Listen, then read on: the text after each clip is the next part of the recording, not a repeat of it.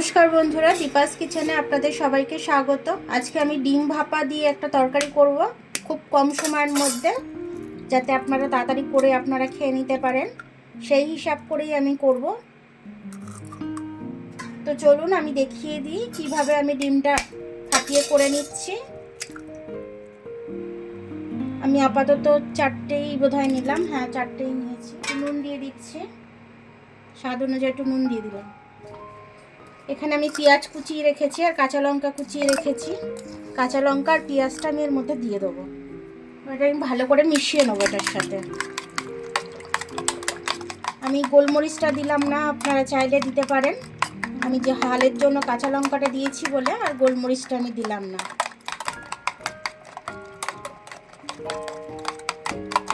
তো আমি এটা ভালো করে ফেটিয়ে নিচ্ছি। এবার আমি টিফিন কৌটো করে ভাপাতাম, কিন্তু টিফিন কৌটোটা আপাতত পাচ্ছি না। যেটা হাতের সামনে আছে আমি এটা বাটি করেই ভাপিয়ে নেবো। বাটিটা একটু তেল গ্রিস করে নেবো, এটাই করেই ভাপাবো আমি।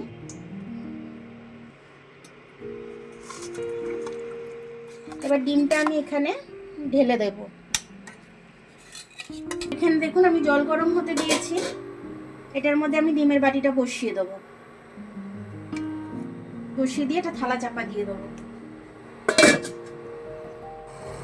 ডিমের ঢাকনাটা একটু খুলে দেখে নেব আমি। এটা ছুরি ঢুকিয়ে দেখে নেব সেদ্ধ হয়েছে কিনা ডিমটা আমার। ছুরিতে একটুও লাগেনি, তার মানে খুব ভালোভাবে আমার এটা সেদ্ধ হয়ে গেছে। এবার আমি এটা নামিয়ে নেব। কড়ার মধ্যে তেল দিয়ে দিয়েছি। এটার মধ্যে দেখুন আমি এইভাবে আমি ছাড়িয়ে নেবো। এটাকে ছাড়িয়ে আমি ভালোভাবে এটাকে উল্টে নেব।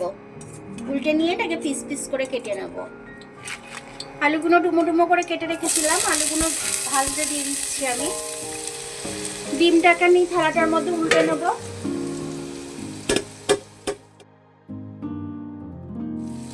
একটু হলুদও দিয়ে দিচ্ছি আমি।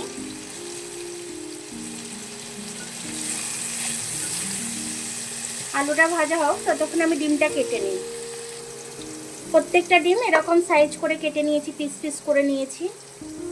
প্রত্যেকটা এরকম পিস পিস করে নিয়েছি। এখানে আমি এই আদা রসুনটা নিয়ে নিয়েছি, দুটো কাঁচা লঙ্কা নিয়ে নিয়েছি, আর এই পেঁয়াজটা নিয়ে নিয়েছি।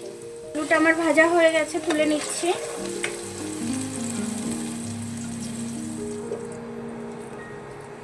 দুটো তেজপাতা ছিঁড়ে দিয়ে দিলাম, দুটো এলাচ দিয়ে দিলাম, একটু দারচিনির টুকরো দিয়ে দিলাম, একটু জিরে ফোড়ন দিয়ে দিলাম আমি। এটার মধ্যে এবার আমি পেঁয়াজগুলো দিয়ে দিচ্ছি। পেঁয়াজটা ভাজা হবে ততক্ষণ এই মশলাটা আমি পেস্ট করে নেব। পেঁয়াজটা আমার ভাজা ভাজা হয়ে গেছে, এবার মশলাটা পেস্ট করে রেখেছি সেটা দিয়ে দেবো।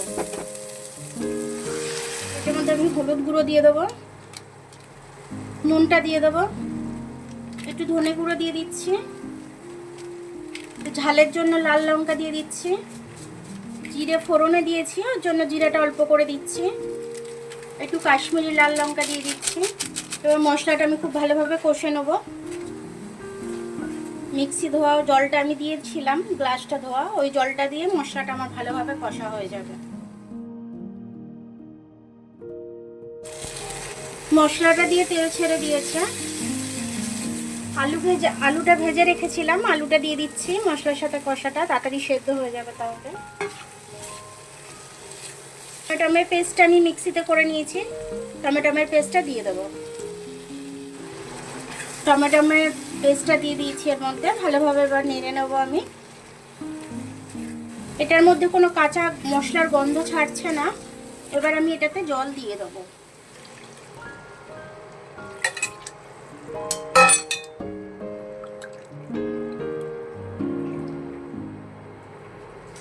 ডিমের পিসগুলো আমি দিয়ে দেবো একটা একটা করে ঝোলের মধ্যে। অল্প করে একটু নুন দিয়ে দিচ্ছি, জল দিয়েছি।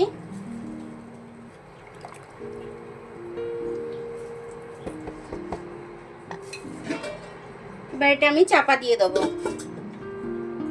আবার ভিডিওটা দেখার জন্য অনেক অনেক ধন্যবাদ। আমার ভিডিওটা যদি পছন্দ হয় লাইক, সাবস্ক্রাইব, বেল আইকনটা একটু টিপে দেবেন। আর যদি ফেসবুক থেকে দেখেন লাইক আর ফলোটা একটু করে দেবেন। আবার কাল দেখা হবে নতুন রেসিপির সাথে। ততক্ষণ আপনারা ভালো থাকবেন, আমি আসছি।